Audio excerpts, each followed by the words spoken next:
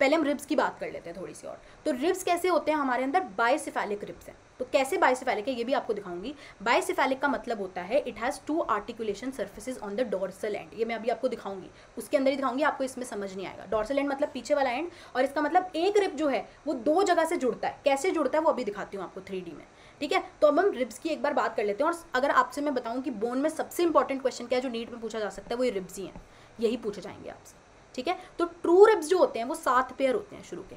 Total कितने हैं, 24 pair हैं, ठीक है। तो शुरू के जो 12 पेयर हैं, 24 रिब्स हैं। तो 7 पेयर जो हैं, 7 पेयर जो हैं वो आपके शुरू के ट्रू रिब्स हैं, ठीक है। ट्रू रिब्स क्यों हैं, क्योंकि ये डायरेक्टली यहाँ पे अटैच होते हैं, ठीक है। मतलब इनकी अपनी अपनी कार्टिलेज है। जैसे ये स्टर्नम है बेसिकली, है ना, यहाँ से रिब आया, तो ये जो रिब जो है ना बीच में यहाँ कार्टिलेज प्रेजेंट होती है। कौन सी कार्टिलेज, हाइलीन कार्टिलेज। तो ये इससे स्टर्नम पे अटैच होते हैं। तो डायरेक्टली सबकी एक एक कार्टिलेज है और ये स्टर्नम पे अटैच हो रहे हैं। फॉल्स रिब्स कौन से होते हैं, 8, 9 और 10। 8, 9 और 10 क्या करते हैं, ये 7वें रिब को अटैच करते हैं। ये 7वें रिब को ही अटैच कर लेते हैं, इसलिए इसको फॉल्स रिब बोल देते हैं। और 11th और 12th रिब्स जो होते हैं वो फ्लोटिंग होते हैं, वो किसी को भी अटैच नहीं करते। तो ध्यान रखना, 7 पेयर शुरू के जो हैं, शुरू के जो 14 रिब्स हैं या 7 पेयर जो हैं वो डायरेक्टली अटैच कर रहे हैं, ठीक है। जो 8, 9, 10 है वो 7वें पे अटैच कर रहे हैं, और जो 11, 12 है वो किसी को अटैच नहीं कर रहे। अभी हम देखेंगे, हम ये सारी चीज़ अभी देखेंगे। चलो अब आ जाते हैं 3D पे, हम अपने 3D मॉडल पे आ जाते हैं फटाफट से। देखो ये स्टर्नम है, पहले तो स्टर्नम देखो, स्टर्नम क्या होती है, हमने ये सब चीज़ें हम विजुअलाइज नहीं कर पाते, तो अब आज आपको ये अच्छे से समझ आ जाएगा, ठीक है। चलो अब एक बार देख लेते हैं फटाफट से हम लोग। चलो ये दिख रहा है, ये आपकी स्टर्नम है। बीच में रिब के और ये स्टर्नम के, देखो बीच में रिब के और यहाँ पे स्टर्नम के क्या है, ये कार्टिलेज प्रेजेंट होती हैं। तो कार्टिलेज इसमें आपको नहीं दिख रही, पर कार्टिलेज प्रेजेंट होती हैं, ठीक है। अब देखो पीछे जाते हैं। जब हम पीछे गए तो मैंने आपको क्या बोला था, रिब्स आर बाइसेफेलिक। बाइसेफेलिक का मतलब क्या है कि वो 2 जगह जुड़ते हैं, मतलब एक ही रिब 2 बार अटैच होता है पीछे वाले सरफेस पे। अब देखो कैसे होता है, तो ये हमें ध्यान से देखना पड़ेगा थोड़ा। देखो मैं दिखाती हूँ एक बार तुम्हें, इसको हाइड कर देते हैं, इसको भी हाइड कर देते हैं। अब देखते हैं, देखो इसको हाइड करते हैं। ये देखो, अगर मैं ये वाला रिब देखूं जिसको मैंने ग्रीन हाईलाइट किया, देखो ये जो ग्रीन हाईलाइटेड रिब है ये एक जगह तो यहाँ से जुड़ रहा है आगे की तरफ। अब देखो ऐसे देखो इसको, और दूसरा देखो यहाँ से भी जुड़ रहा है। अब ये नीचे से देखो तो ये एक जो रिब है ये यहाँ से भी जुड़ रहा है और ये यहाँ से भी जुड़ रहा है, तो 2 बार अटैच करता है ये, ठीक है। तो एक तो यहाँ से जुड़ रहा है, एक यहाँ से जुड़ रहा है, समझ में आई, इसलिए हम इसको ऐसा नाम देते हैं। कोई भी रिब आप देख लो, यहाँ पे देखो ये वाला रिब देखो, ये भी ऐसे ही कर रहा है, एक यहाँ पे जुड़ रहा है, एक यहाँ पे जुड़ रहा है, ठीक है। तो ये चीज़ है। और कौन सी साइड पे ऐसा हो रहा है, डोर्सल पे, जहाँ पे वर्टिब्रल कॉलम से जुड़ रहा है ना। समझ आ रहा है ये नहीं आ रहा है यार, इसमें कनेक्टिव टिश्यू वाला ऑप्शन इसमें आ नहीं रहा था मेरे में, ये परचेज़ करना पड़ता शायद, ठीक है। तो इसलिए वो दिख नहीं रहा था, मैं कर लूँगी आप लोगों के लिए, परचेज़ भी कर लूँगी। चलो तो ये आपका हो गया। समझ आ रही है कि क्यों बाइसेफेलिक कह रहे हैं रिब्स को, क्योंकि आपने अगर वो 3D मॉडल देखा होगा तो उसमें वो 2 जगह अटैच कर रहा था, जैसे कुछ ऐसे था, 2 बार अटैच कर रहा था, मतलब पीछे की तरफ 2 बार अटैच कर रहा था। It has 2 articulation surfaces on the dorsal and. समझ आ रहा है, समझ आ रहा है, मज़ा आ रहा है देख के, कुछ मतलब ऐसा लग रहा है यार MBBS करेंगे, ये सारी चीज़ें देखेंगे, हाथ में उठाएंगे रिब, उसकी ऐसे पकड़ के दिखाएंगे कि मैम ऐसे होते हैं रिब्स, ये कौन सा रिब है आइडेंटिफाई करेंगे, करोगे ये सब। उसके लिए पहले सिलेक्शन लेना पड़ेगा पर तुम्हें, और उसके लिए तुम्हें अभी पढ़ना पड़ेगा। चलो तो 7 पेयर, उसके बाद 8, 9, 10 पेयर और 11, 12 पेयर, ठीक है। तो रिब केज जो है वो किस किस का बना है, रिब केज मतलब पूरा जो चीज़ है, थोरैक्स जो है आपका, थोरैसिक जो आपकी वो चीज़ है, थोरैसिक रीजन है जो आपका, या रिब केज आप कह लो। थोरैसिक वर्टिब्री पीछे की तरफ है, रिब्स हैं, और यहाँ पे बीच में ये स्टर्नम है। तो अगर मैं बोलूँ कि थोरैक्स आपका किस चीज़ से बना है, रिब केज किस चीज़ से बना है, थोरैसिक वर्टिब्री जो पीछे थी, रिब्स आपके, और साथ में स्टर्नम। मज़ा आया। चलो यहाँ पे डायग्राम भी दिया है। तो अब कुछ और वर्टिब्री के नाम भी होते हैं, जैसे अभी हमने ये पूरा वर्टिब्रल कॉलम देखा, हमने अभी नाम नहीं देखे वर्टिब्रीज के। तो सर्वाइकल वर्टिब्री होती है रीजन में, सर्वाइकल रीजन में।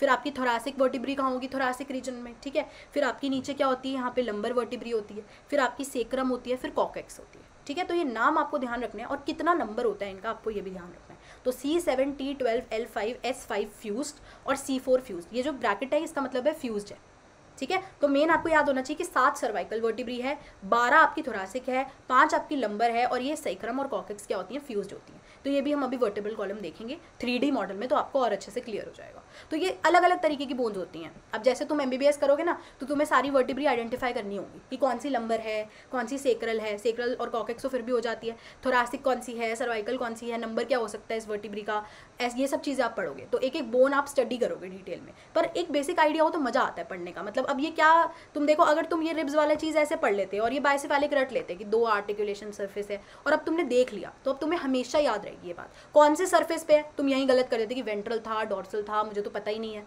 ये वाली चीज़ नहीं है। तो अब समझ में आ गया तुम लोगों को, ठीक है। अब आते हैं हम लोग अपेंडिकुलर स्केलेटन पे। तो हमने इतना समझ लिया, वर्टिब्री हम अभी देख लेंगे जाके। तो अपेंडिकुलर स्केलेटन में आपकी 126 बोन्स है। कितनी है? 126 आपकी बोन्स है। मैं ऐसे कर लेती हूँ, 1 मिनट हो जा भाई, हो जा। हाँ, तो अपेंडिकुलर स्केलेटन में आपकी लिम्स की बोन्स होंगी, ठीक है, और आपकी कुछ गर्डल्स बोन्स होंगी। गर्डल बोन्स का मतलब है जो आपका जॉइंट बन रहा है, जैसे जो बॉल एंड सॉकेट जॉइंट आपका बन रहा है, या फिर जो गर्डल मतलब जैसे हाथ के ऊपर यहाँ पे जो गर्डल है, जो आपका मतलब लेग है उसके ऊपर जो गर्डल है, अभी दिखाऊंगी क्या मतलब है। तो ये आर्म हो गई आपकी पूरी, और ये आपकी पूरी यहाँ पे लेग आ गई, ठीक है। तो हम इसकी बोन्स अब स्टडी करेंगे, इसकी बोन्स हम स्टडी करेंगे। तो देखो अब जैसे हम सबसे पहले हाथ की बात करते हैं या हम आर्म की बात करते हैं सबसे पहले, तो हम उसके अंदर कुछ बोन्स देखने वाले हैं। जैसे आपको यहाँ पे एक दिख रही है क्लैविकल बोन, हम अभी देखते हैं क्या होगी। हम देखेंगे स्कैपुला क्या है, ह्यूमरस क्या है, हम देखेंगे रेडियस कौन सी है, अल्ना कौन सी है, ये सब चीज़ें देखेंगे। तो हम ये 3D में देखते हैं। चलो आ जाओ फटाफट से, 3D में देखेंगे हम। चलो जी देखते हैं।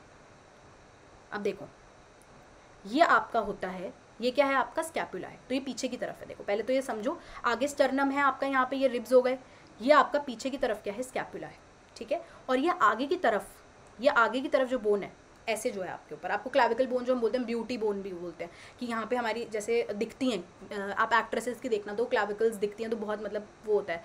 तो ये क्लैविकल है, आगे कॉलर बोन आपकी, फिर ये आपकी पीछे की तरफ स्कैपुला है, ठीक है। अब देखो यहाँ पे आपकी ये कौन सी बोन है बड़ी सी, ये आपकी ह्यूमरस है। ये कौन सी आपकी ह्यूमरस है। फिर हम नीचे आते हैं, ह्यूमरस के नीचे आते हैं, देखो ये, तो ये कौन सी बोन है आपकी, रेडियस है, ये रेडियस है आपकी।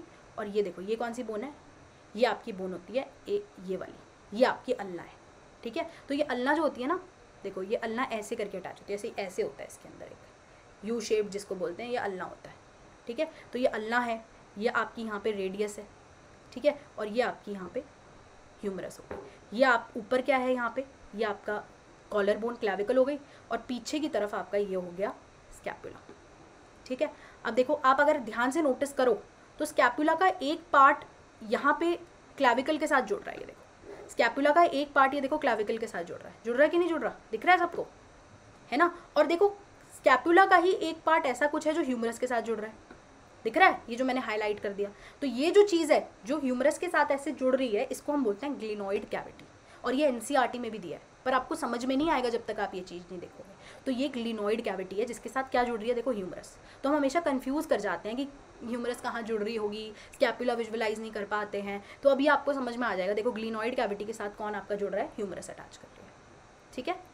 चलो तो ये आपका हम अभी क्लैविकल के साथ यहाँ पे ये जुड़ती है, ठीक है। चलो अब एक बार देखते हैं क्या क्या यहाँ पे डायग्राम में दिया हुआ है, फटाफट देखते हैं हम लोग कि हम कुछ मिस तो नहीं कर रहे हैं चीज़। चल जा प्लीज़, हाँ चलो। तो हम यहाँ पे देख रहे थे क्लैविकल ही आ गई, ठीक है। अब स्कैपुला हमें यहाँ पे समझ में आ गई, ह्यूमरस समझ में आ गई, रेडियस हमें समझ में आ गई, अल्ना हमें समझ में आ गई, ठीक है। और यहाँ पे क्या होते हैं, कार्पल्स होते हैं, मेटाकार्पल्स होते हैं और फेलेंजेस होते हैं। तो इसके आपको नाम या ये सब चीज़ें ध्यान रखने की ज़रूरत नहीं, मेन आपको यही क्वेश्चन पूछेंगे। और डायग्राम आपको ये NCERT का दे देंगे, आपसे पूछेंगे रेडियस कौन सी, अल्ना कौन सी, आप ये कन्फ्यूज़ करोगे, ठीक है। तो ये ध्यान रखना आप लोग, ओके।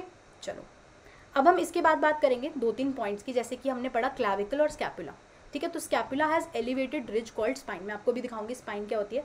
स्पाइन के ऊपर एक एक्रोमियम प्रोसेस होती है which helps in articulation with the clavicle, मैं आपको दिखाऊंगी। जो हम दिखा रहे थे ना कि जो क्लैविकल से अटैच हो रहा है, तो वो क्या है, एक्रोमियम प्रोसेस है। और ग्लिनोइड कैविटी मैंने आपको दिखा दी, जिससे क्या अटैच हो रहा है, ह्यूमरस, और क्या बना रहा है वो, शोल्डर जॉइंट बना रहा है ना। तो ग्लिनोइड कैविटी और एक्रोमियम प्रोसेस आपको ध्यान रखनी है, मैं आपको दिखा भी दूंगी एक बार दोबारा। और इसके अंदर एक स्पाइन होती है, बेसिकली स्पाइन वही चीज़ है जिससे आपका यहाँ आगे एक्रोमियम आ गया, इधर आपका क्लैविकल इससे अटैच कर रहा है और यहाँ आपका ह्यूमरस अटैच हो रहा है, ठीक है। तो यही चीज़ें हम 3D में दोबारा देख लेंगे। अब ये तो आपका ऊपर का हो गया बात, आर्म की बात हो गई, हाथ की बात हो गई, ये सारी चीज़ें हमने देख ली। अब हम जाएंगे लेग पे। कि पैर में क्या क्या होता है, कैसे कैसे बोन्स होते हैं, ये हम देखेंगे। ठीक है, तो पहले हम दोबारा जाते हैं 3D मॉडल पे अपने, और फिर वो भी देखते हैं और एक्रोमियम प्रोसेस। देखो ये जो है ना सिर्फ इतनी सी चीज़। अब इस पर दिक्कत ये है कि मैं तुम्हें ना मार्क नहीं करके दिखा सकती, नहीं तो मैं तुम्हें दिखा देती। तो ये जो क्लाविकल के साथ अटैच कर रही है एक्रोमियम है, ठीक है। और यहाँ पे आपका ये क्या है, ग्लिनॉइड कैविटी, तो मैंने मार्क कर दी थी, यहाँ से ग्लिनॉइड कैविटी है, ठीक है। अब हम जाएंगे अपने लोअर लिम्ब की तरफ, चलो लोअर लिम्ब की तरफ। तो ये जो बड़ी सी बोन है, बड़ी भारी होती है ये बोन। तो ये जो बोन है ये आपकी फीमर है, ठीक है। पैर की जो हम बोन बोल रहे हैं, थाई में जो है वो आपकी फीमर होगी। अब देखो नीचे जाते हैं थोड़ा सा और, तो ये जो बोन है आपकी मोटी सी नीचे की तरफ, ठीक है, ये आपकी टिबिया है। और पतली वाली जो होती है ये आपकी फिबुला होती है। तो ये टिबिया है, ये आपकी फिबुला है, ये देखो फिबुला दिख रही है ग्रीन। और ऊपर गए थाई की तरफ तो ये आपकी फीमर है, ठीक है। तो ये नाम पूछते हैं, डायग्राम आपको आ जाएगा, आपको नाम बताने हैं। तो ऐसे मुझे लगता है आप ज़्यादा याद रख पाओगे, ठीक है। अब हम ऊपर जाते हैं कि जो हिप जॉइंट बनता है वो कैसे बनता है, कौन कौन सी बोन्स है उसमें, हम ये देखेंगे, ठीक है। ये देखो, ये आपकी जो बोन है ये इलियम होती है। अभी मैं आपको एक चीज़ और दिखाऊंगी यहाँ पे, ये देखो इसमें देखते हैं। देखो ये जो है ना बड़ा सा, सबसे बड़ा जो ऐसे है, ये आपकी इलियम होती है, ठीक है। ये इलियम है, ग्रीन दिख रहा है सबको, ये इलियम है। अब देखो थोड़ा आगे जाते हैं, ये वाला जो हिस्सा है, ये वाला, ये आपका होता है प्यूबिस। प्यूबिस मतलब आगे की तरफ, हम बोलते हैं प्यूबिक सिम्फाइसिस, आपने पढ़ा होगा, है ना। तो वो प्यूबिक सिम्फाइसिस ये इसी से बनता है, आगे वाला जो ये रीजन है ये प्यूबिक सिम्फाइसिस इसी से बना है। कौन सी बोन से, प्यूबिस से बना है। और ये जो नीचे वाला रीजन है ये आपका इस्चियम होता है। तो ये बड़ा सा इलियम है पीछे की तरफ, ये आगे की तरफ है पीछे की, कंफ्यूज मत होना। देखो ये वर्टिब्रा दिख रही है तो ये पीछे की तरफ है, तो ये आगे की तरफ आपका ये क्या है, बड़ा सा, ये आपका हो गया इलियम। ये देखो ये आगे की तरफ क्या है, प्यूबिस है जो प्यूबिक सिम्फाइसिस बना रहा है। और ये आपका नीचे की तरफ ये क्या है, आपका इस्चियम है। तो ये तीनों मिलके ना ये गोला सा बनाते हैं, ऐसा गोला सा बना देते हैं। इस गोले को हम एसिटाबुलम कहते हैं, इस गोले को हम एसिटाबुलम कहते हैं। अब आप एनसीईआरटी की लाइन पढ़ो, आपको बिल्कुल समझ आएगी। ये आपकी क्या है, इलियम है, आगे की तरफ आपका क्या है, ये प्यूबिस है, और ये नीचे की तरफ है आपका इस्चियम। तो ये तीनों मिलके गोला सा बना रहे हैं। गोला दिख रहा है सबको, हाँ हो गया ये लाइन, ये गोला दिख रहा है सबको, ये आपका एसिटाबुलम होता है, पूरा ही होता है, इसमें ये मार्क हो रहा है, ये एसिटाबुलम होता है, ठीक है। अब देखते हैं, अब एनसीईआरटी में देखते हैं क्या दिया हुआ है, ठीक है। एनसीईआरटी में देखते हैं तो पेल्विक गर्डल के अंदर क्या क्या होता है। पेल्विक गर्डल मतलब जहाँ से आपका ये हिप जॉइंट पूरा बन रहा है। तो pelvic girdle has coaxial bones formed with fusion of 3 bones. Ilium देख लिया हमने, इस्चियम देख लिया जो नीचे वाला था, और प्यूबिस जो आगे वाला था, ठीक है, हमने ये देख लिया। और तीनों मिलके क्या बनाते हैं, एसिटाबुलम बनाते हैं। तीनों मिलके क्या बनाते हैं, एसिटाबुलम बनाते हैं।